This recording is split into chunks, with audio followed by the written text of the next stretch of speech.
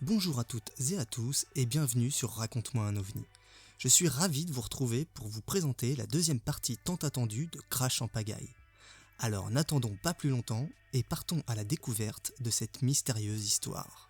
Pour ce deuxième cas, nous restons dans les années 60, mais cette fois en 1967, direction la côte est du Canada, à la pointe sud de la Nouvelle-Écosse. Le 4 octobre 1967, peu après 23h, Laurie Wickerns et 4 de ses amis roulent à travers le petit village de Chagarbourg sur la route numéro 3, lorsqu'ils remarquent quelque chose d'inhabituel en l'air devant leur voiture. Le phénomène est de grande envergure, mesure 18 mètres de diamètre environ, est de couleur ambre et a une apparence de bol. Il dispose également de 4 feux brillants clignotants en séquence. L'objet est incliné à 45 degrés et s'apprête apparemment à tomber dans les eaux du port. Au moment de l'impact, un éclair brillant est observé en même temps qu'un énorme bruit d'explosion. Wickens tente de garder l'objet en vue tout en continuant à conduire à travers le village vers l'ouest. L'agent de police Ron Pond, qui se trouvait en patrouille sur la même route numéro 3, voit aussi le phénomène.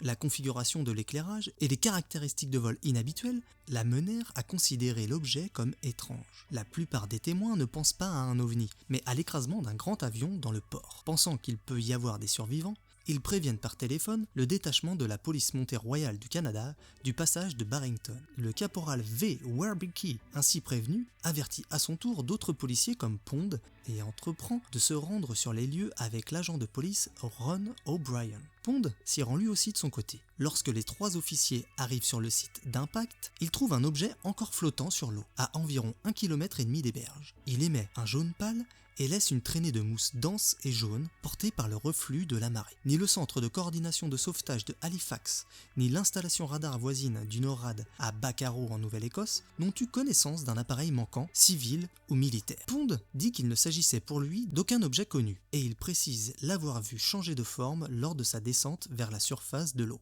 Par la suite, d'autres témoins locaux donnent à peu près les mêmes détails que Pond.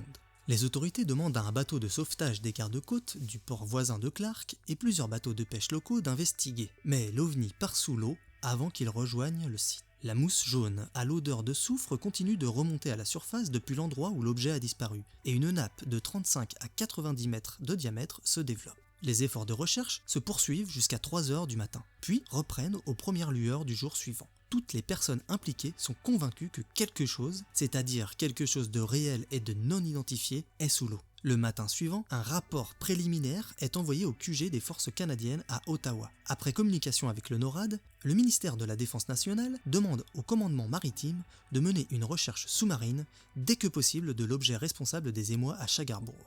7 plongeurs de la marine de l'HMCS Granby cherchent toute la journée jusqu'au coucher du soleil le dimanche 8 octobre.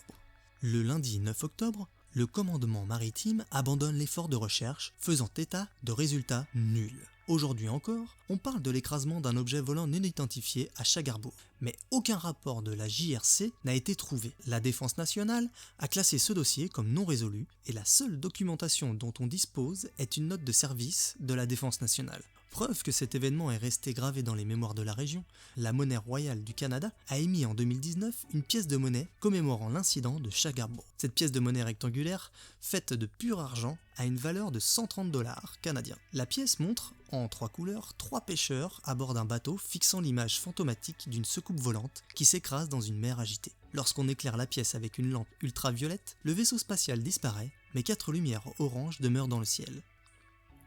Il existe de nombreuses histoires de crash d'OVNI, certaines plus connues que d'autres, avec un degré de crédibilité plus ou moins élevé.